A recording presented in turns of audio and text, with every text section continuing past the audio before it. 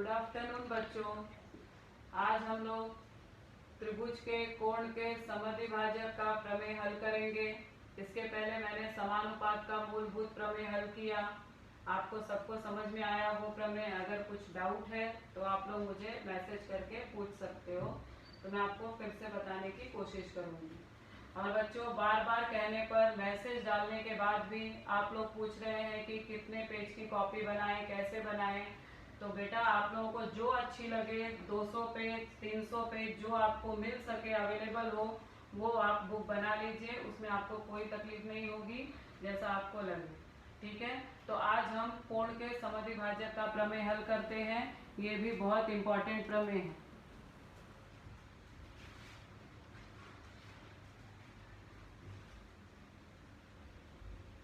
तो बच्चों, हमारा प्रमेय है त्रिभुज के कोण के समद्विभाजक का प्रमेय। इसका कथन है, किसी त्रिभुज में कोण का समद्विभाजक कोण की सम्मुख भुजा को अन्य भुजाओं की लंबाइयों के अनुपात में विभाजित करता है।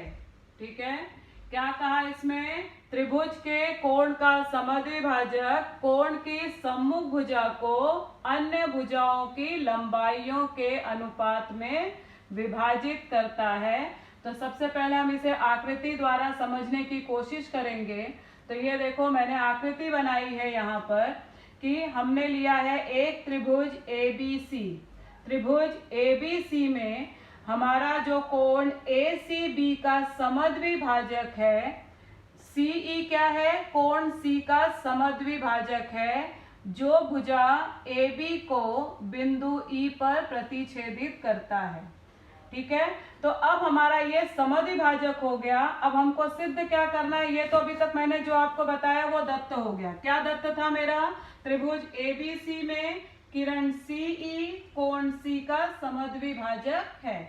अब हमको सिद्ध क्या करना है? ये जो कोण का समद्विभाजक होता है, जैसे CE कोण C का समद्विभाजक है, तो ये अपनी सम्मुख भुजा, मतलब कि ये जो आपकी भुजा देख रहे हो कि ये समद्विभाजक के कारण दो विभागों में विभाजित हो चुकी है, तो जो इसका अनुपात होगा वही इसकी अन्य दो भुजाओं के अनुपात के बराबर होगा।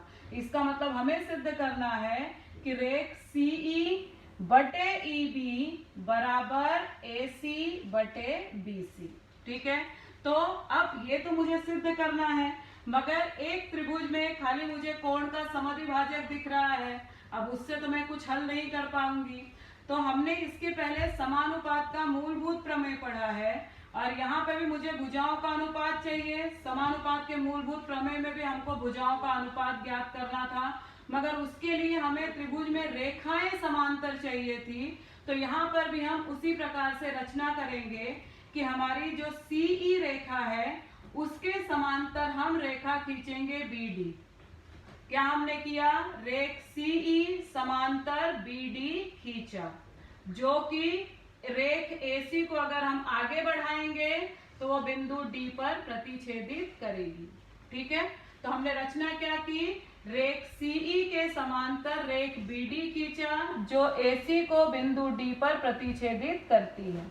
अब हमें जो सिद्ध करना है उसके लिए पहले आकृति से हम समझ लेते हैं एक बार कि हमें कैसे इसको सिद्ध करना है।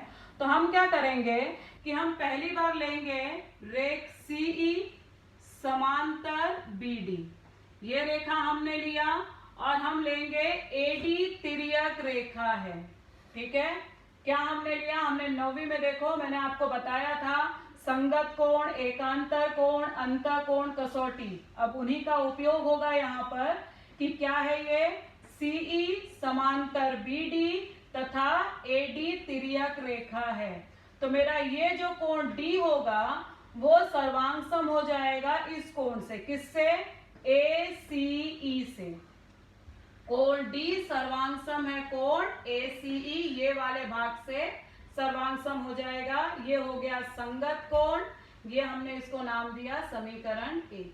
ठीक है, अब दोबारा हम देखेंगे कि फिर से हम लेंगे रेख CE समांतर BD, और इस बार हम लेंगे BC तिर्यक रेखा है। ठीक है, कौन सी? ये रेखा इसके साथ समांतर और ये तिर्यक रेखा। तो आप देखो ये दोनों कोण मेरे एकांतर कोण हैं, तो मेरा एकांतर कोण सर्वांग हो जाएगा, समीकरण 2। ठीक है। अब उसके बाद अगर आप देखो तो मैंने समान चिन्ह आपको लगा के यहाँ पे दर्शाया है, ये सब कोण एक दूसरे के साथ सर्वांग सम हो गए। देख रहे हो सबका समान चिन्ह है। तो अगर मैं ये त्रिभुज लूंगी तो इस त्रिभुज में अगर मेरा ये कोण इसके साथ सर्वांग सम हो गया तो ये त्रिभुज क्या हो गया? समद्विबाहु त्रिभुज हो गया। अगर दो कोण सर्वांग सम है तो ये मेरी भुजाएं भी सर्वांग सम हो जाएंगी। ठीक है। तो अब मेरी ये भुजा अगर सर्वांग सम हो जाएगी तो हमको क्या मिलेगा? अगर मैं ये बड़ा त्रिभुज पूरा लूंगी तो इस त्रिभुज में मेरी ये रेखा इसके साथ समांतर है, तो मैं समानुपात का अगर मूलभूत प्रमेय लगाऊंगी तो मुझे क्या मिलेगा? AE बटे EB बराबर AC बटे CD। मगर मुझे CD तो चाहिए नहीं, मेरा एक अनुपात तो सिद्ध हो गया, एक तरफ AE बटे EB, दूसरी तरफ मुझे AC बटे मुझे CD नहीं चाहिए, BC चाहिए। मगर ये दोनों सर्वांग सम है तो मैं CD की जगह BC लिख दूंगी और मेरा सिद्ध हो जाएगा। तो ये मैंने आपको आकृति के द्वारा इसे समझाया। अब हम उत्पत्ति देखते हैं इसकी कि हमें इसे कैसे समझना है। तो देखो जो मैंने आपको बताया वही मैं फिर से बोल रही हूँ। किरण CE समांतर किरण BD AD तिर्यक रेखा है, तो हमें क्या मिल गया? कोण ACE सर्वांग सम कोण CBD संगत कोण, समीकरण 1। दूसरा, इसी प्रकार CE समांतर किरण BD और हमने BC को तिर्यक रेखा लिया है, तो मुझे कौन सा मिला? कोण ECB सर्वांग सम कोण CBD, ये एकांतर कोण है, समीकरण 2। मगर दत्त में देखो मैंने आपको ऊपर देख लो ब्रैकेट में मैंने लिखा है अगर कोण समद्विभाजक कर रहा है तो ये मेरा कोण सर्वांग सम हो जाएगा, तो उसी को मैंने लिया है यहाँ पे कि कोण ACE सर्वांग सम कोण ECB दत्त समीकरण 3। अगर आप समीकरण 1, 2 और 3 को ध्यान से देखोगे तो क्या है? ACE सर्वांग सम CBD, दूसरा ECB सर्वांग सम CBD, ACE सर्वांग सम ECB। अगर हम इन तीनों समीकरण की तुलना करेंगे तो हमको क्या मिलता है? कोण CBD सर्वांग सम कोण CDB। जो मैंने आपको समझाया तो मेरा कोण क्या त्रिभुज क्या हो जाएगा? CBD एक समद्विबाहु त्रिभुज होगा। तो वही मैंने लिखा है कि इसलिए त्रिभुज CBD में मेरा कोण CBD सर्वांग सम CDB कहाँ से मिला? अभी मैंने सिद्ध किया है, यहाँ पर सिद्ध किया। इसलिए ये अगर मेरे दो कोण सर्वांग सम है तो इनकी सम्मुख भुजाएं सर्वांग सम होंगी, इसलिए भुजा CB सर्वांग सम भुजा CD सर्वांग सम कोणों की सम्मुख भुजाएं, समीकरण 4।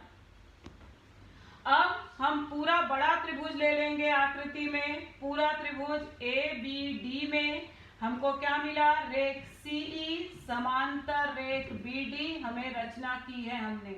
अगर मेरी ये रेखा इसके साथ समांतर है तो मैं यहाँ पे समानुपात का मूलभूत प्रमेय लगा दूंगी। उससे मुझे क्या मिलेगा? देखो AE बटे EB बराबर AC बटे CD, समानुपात का मूलभूत प्रमेय, ये हो गया मेरा समीकरण 5। मगर आप अगर इसको देखोगे तो हमारा साध्य में एक पक्ष आपको बराबर मिलता है ये वाला, और दूसरे पक्ष में ये आपके पास है मगर ये नहीं है। आपको CD नहीं चाहिए, आपको CD की जगह BC चाहिए, मगर समीकरण 4 में BC और CD सर्वांग सम है, इसलिए मैंने इसको क्या किया? यहाँ पे CD की जगह हम लिख देंगे BC। ठीक है। तो इसलिए समीकरण 4 और 5 से AE बटे EB बराबर AC बटे CD, इससे हमारा कोण के समद्विभाजक का प्रमेय सिद्ध हुआ। धन्यवाद।